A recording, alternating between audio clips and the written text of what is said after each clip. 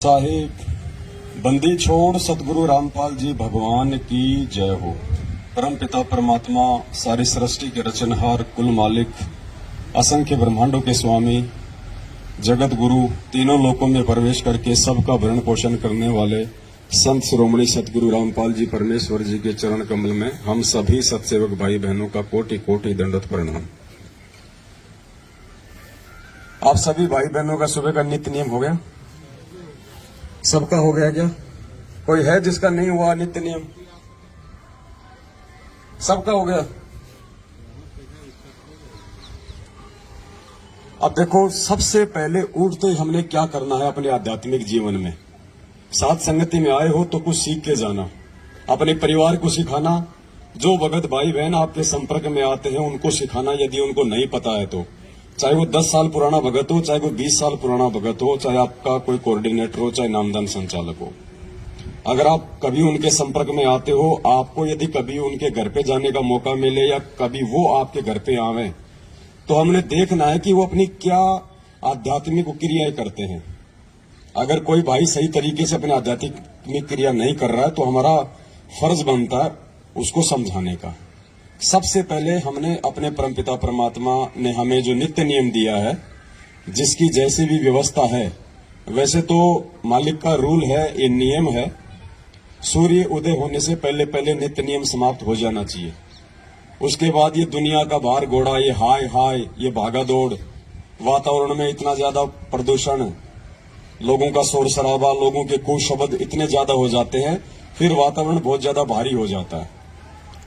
आप देखते हैं ये कार लोग की भक्ति में फिक्स 5 बजे लोगों के घंटे बज जाते हैं, फिक्स 5 बजे। ये तो पूर्ण परमात्मा की भक्ति है, ये तो पूरा नियम और विधिवत होनी चाहिए। समय परमात्मा ने हमें बताया हुआ ना, तीनों समय की आरती का। तीनों समय की जो आरती है इनको संध्या आरती कहते हैं। संध्या आरती केवल शाम शाम की आरती को नहीं कहते। परमात्मा ने कहा कि जो सुबह का नित्य नियम है ये भी जो है मतलब संध्या आरती है। दोपहर का असुर निकंदन रमैणी है, वो भी संध्या आरती है, और शाम की भी संध्या आरती है। संध्या का मतलब परमात्मा ने बताया 2 समय का जब मिलन होता है उस समय जो आरती होती है उसको संध्या आरती कहते हैं। तो सुबह की आरती का जो समय है, सतलोक आश्रम बरवाड़ा में फिक्स सुबह 5 बजे आरती शुरू हो जाती थी। यानी 5 बजे वो समय है जिस समय रात का समय जा रहा होता है और सुबह का समय आ रहा होता है, वो संध्या हो गई, वो मिलन हो गया 2 समय का, उसको संध्या आरती कहते हैं। वास्तविक तो रूल है ये। बाकी परमात्मा ने, ठीक है, अभी लोग धीरे धीरे भक्ति की सीढ़ियां आगे चढ़ेंगे, तो मालिक को पता है कि लोग एकदम से ये काल इतनी भक्ति नहीं करने देगा, इसलिए परमात्मा ने दिन के 12 बजे तक का टाइम दिया है। किनको? जिनकी अभी आदत सुधरी नहीं है, या जो लोग भक्ति में भी थोड़ा बहुत आलस्य करते हैं, या कोई किसी कारण से, मान लीजिए किसी की नाइट ड्यूटी है, कोई 5 बजे छूटता है, कोई 4 बजे छूटता है, तो वो आते नहीं कर पाता आरती। इसलिए परमात्मा ने अभी हमारे को शुरुआत में 12 बजे तक का टाइम दिया है। बाकी दिन के 12 बजे आरती नहीं होती, आप सबको पता है। आरती अपने टाइम पे हो जानी चाहिए, और ये हमारा प्रथम कर्म होना चाहिए, हमारे जीवन का प्रथम कर्म। तो सुबह सुबह केवल हमें आरती परमात्मा की। उसके बाद में जो दूसरी चीज का नंबर आता है वो है परमात्मा का चरणामृत। आप में से कितने भगत भाई बहन हैं जो सुबह उठते ही चाय दूध या नाश्ते से पहले चरणामृत लेते हैं? झूठ मत बोलना, यह परमात्मा का दरबार है। कितने भगत भाई बहन हैं? हाँ, लेना नित्य नियम के बाद ही है, लेकिन लेते कितने हैं? कईयों को तो 15-15 दिन हो जाते हैं, ध्यान ही नहीं आता कि हमने चरणामृत भी लेना है क्या। ये देखो, ये हकीकत है, शर्मा शर्मी का मार्ग नहीं है ये। ऐसा नहीं है कि जो ले रहे हैं वो बहुत अच्छे हो गए, जो नहीं ले रहे हैं वो बहुत नीचे हो गए। ये यहाँ पे सीखना है, यहाँ पे कोई परफेक्ट नहीं आएगा।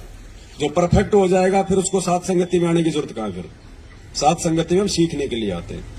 दूसरा हमारा जो कर्म है वो ये होना चाहिए कि परमात्मा ने हमें जो ये चरणामृत दिया है, हमने चरणामृत का सेवन करना है। अब चरणामृत को लेते कैसे हैं 90% लोगों को आज तक नहीं पता। चरणामृत लेने की भी एक विधि है, एक प्रोसीजर है, उस हिसाब से हमने उस प्रक्रिया को हमने पूरा करना है। दास आपको थोड़ा सा प्रैक्टिकल करके दिखाएगा, ध्यान से देखना। सबसे पहले आपके घर पे जो भी कोई स्टील का गिलास हो या कोई कप हो, जैसे अपन चाय पिया करते थे पहले, उस कप में चरणामृत तो है ना सबके घर पे, बोतल वगैरह मालिक के दरबार में रखते हैं ना भर के। तो सबसे पहले तो उस बोतल से जो आपने अपने दरबार में रखा हुआ है उसमें से अपना एक कप जो है चरणामृत का ले लेना है, ऊपर रखिए बस। भगत जी एक सादा गिलास का पानी भी ले आओ उधर से, कोई और भगत ले आओ कोई। सबसे पहले भगत जी हमने चरणामृत ले लिया, कप में ले लो, चाहे गिलास में ले लो, चाहे कटोरी में ले लो, चाहे कटोरे में ले लो, कोई दिक्कत नहीं है। उसके बाद सबसे पहले हम क्या करेंगे, जो हमारी विधि है, सबसे पहले हम परमेश्वर को दंडवत करते हैं। सबसे पहले हम उठ के, और जब हमें चरणामृत लेंगे तो सबसे पहले जो भी पात्र हमारे हाथ में है हम उसको दोनों हाथों से पकड़ के, और उसको केवल एक ही घूंट में लेना होता है। ये चाय की तरह पीने का नहीं होता चरणामृत। इतना है लोग कि जितना आप एक घूंट में आप उसको पी सको एक बार में, 2 बार में भी इसको नहीं पीना है। एक बार में आपका पूरा अंदर ये चला जाए। आधा कप ले लो।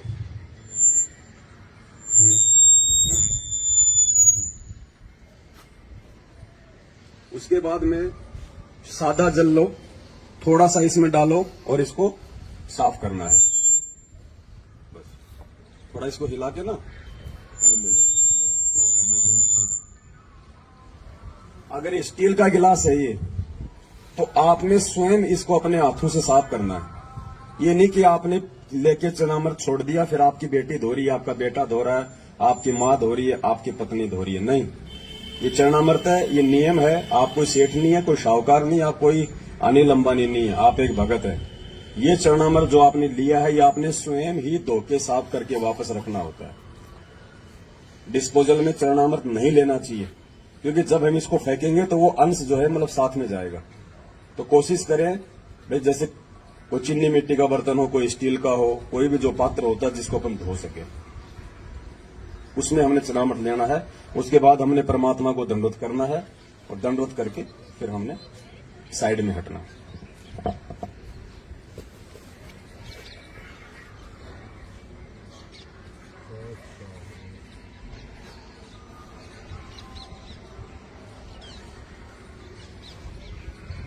और ये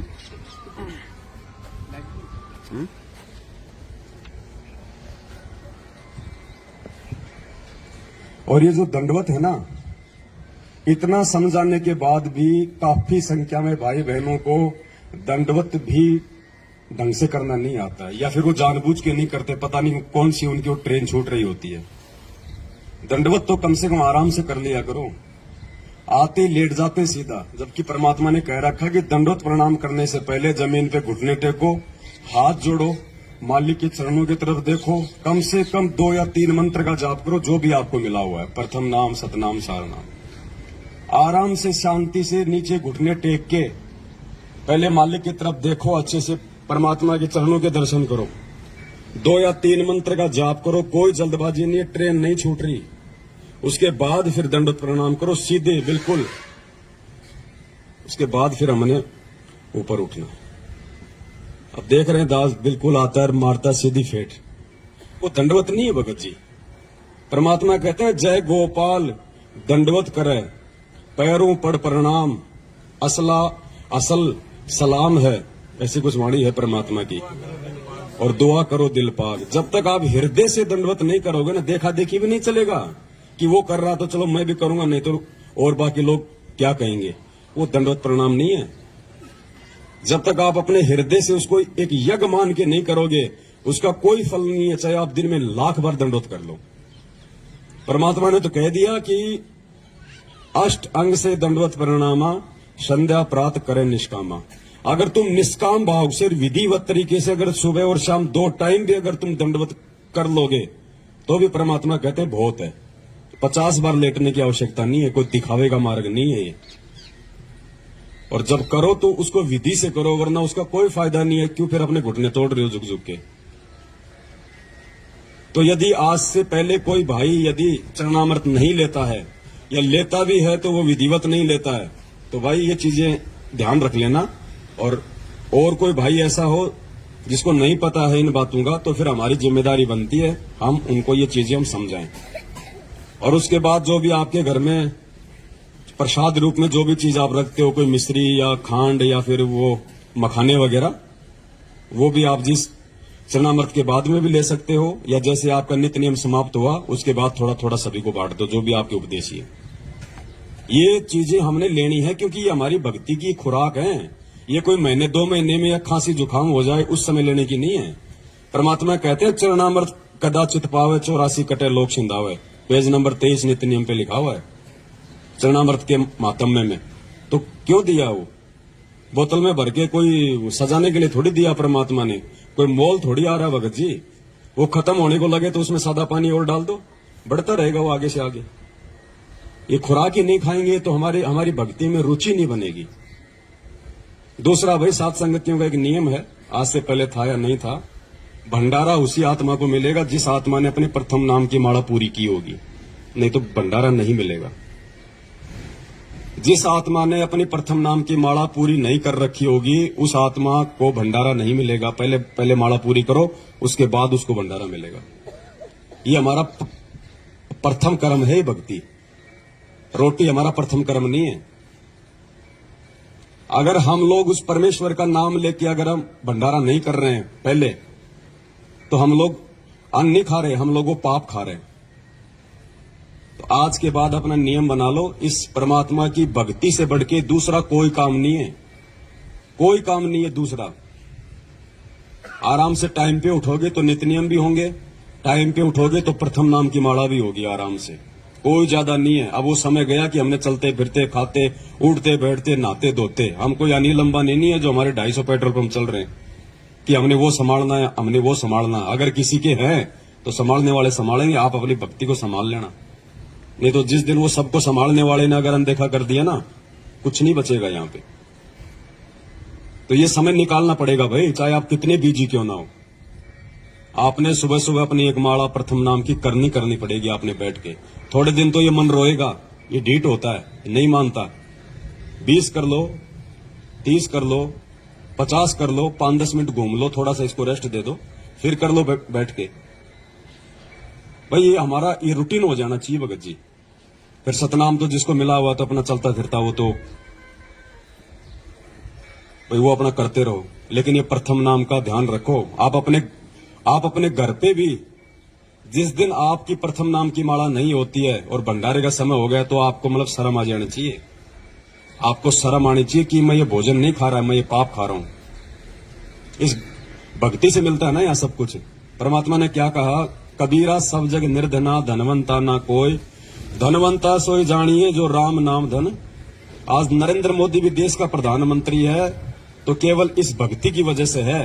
कभी किसी जन्म में उसने परमात्मा की शरण में रह के भक्ति की हुई है जो आज उसको वो राज मिला हुआ है। ये भक्ति नहीं होती कुछ नहीं मिलता। तो भक्ति से बढ़ के भगत जी कोई कर्म नहीं है। 10-15 दिन तक लगेगा थोड़ा सा ऐसा उबासी आना, आलस्य आना, जो है मन ना लगना, तो परमात्मा ने उसका एक ही तरीका बताया। अगर किसी को बुखार हो जाए और अगर बुखार ठीक करना है, ना चाहते हुए भी वो कुनून की गोली खानी पड़ेगी, वो कड़वी गोली आपको खानी पड़ेगी, ना चाहते हुए भी, यदि बुखार ठीक करना है तो। और जब खाओगे तो धीरे धीरे आपका जबर ठीक होगा। तो इसी प्रकार ये मंत्र तो मन जो है नहीं करने देगा, आंट अड़ाएगा।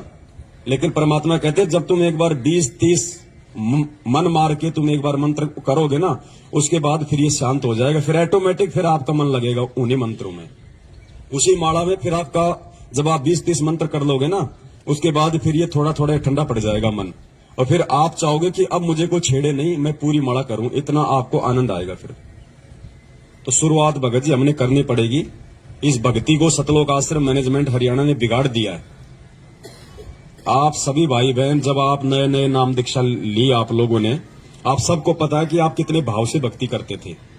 ये आरती आप कोई ऑडियो से या वीडियो से नहीं करते थे, आप बैठ के अपने घर पे आप नित्य नियम लेके आरती करते थे। जिस दिन आप नाम लेके आते थे, महीना 20 दिन 2 महीने तक, और जैसे आप अपने से बड़े बड़े और पुराने भक्तों के संपर्क में आने लगे, आप सबकी आदत बिगड़ गई।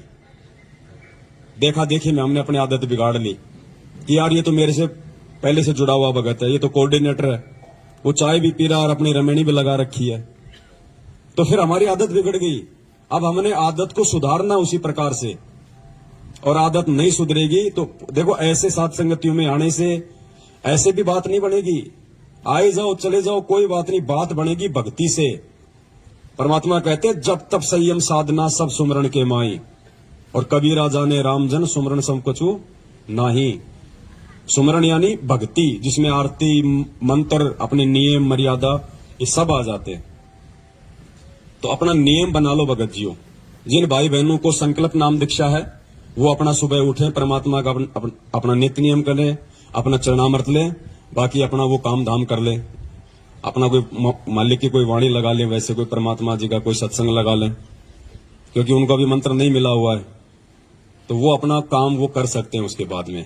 लेकिन जिसको नाम मिला हुआ है उन्होंने नित्य नियम के बाद में ये नियम बना लो। अगर आपको लगता है कि मैं तो सुबह अपने ऑफिस जाता हूं, तो भैया 1 घंटे पहले उठना शुरू कर दो। जब ऑफिस के लिए टाइम दे सकते हो और 2 टाइम की रोजी रोटी के लिए, तो आत्म कल्याण तो उससे प्रथम है। 1 घंटा और पहले उठने का रूटीन बनाओ। 1 घंटा पहले सो जाओ रात को। क्या करते हो 11-12 बजे तक? 6 घंटे की नींद परमात्मा ने बहुत बताई। गुरु जी कहते हैं 6 घंटे की नींद सफिशियंट है। आप अगर 11 बजे भी सोओगे, सुबह 5 बजे उठ जाओगे, आपका पूर्ण घंटे में आपका नित्य नियम हो जाएगा। 20-25 मिनट में आपके प्रथम नाम की माला हो जाएगी। फिर क्या करोगे उसके बाद?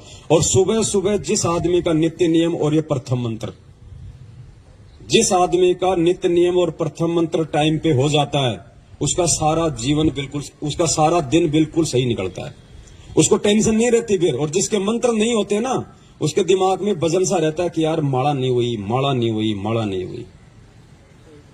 वजन सा रहता है उसके दिमाग में। वो कभी 5 कर रहा है, कभी वो 10 कर रहा है, भार सा रहता है।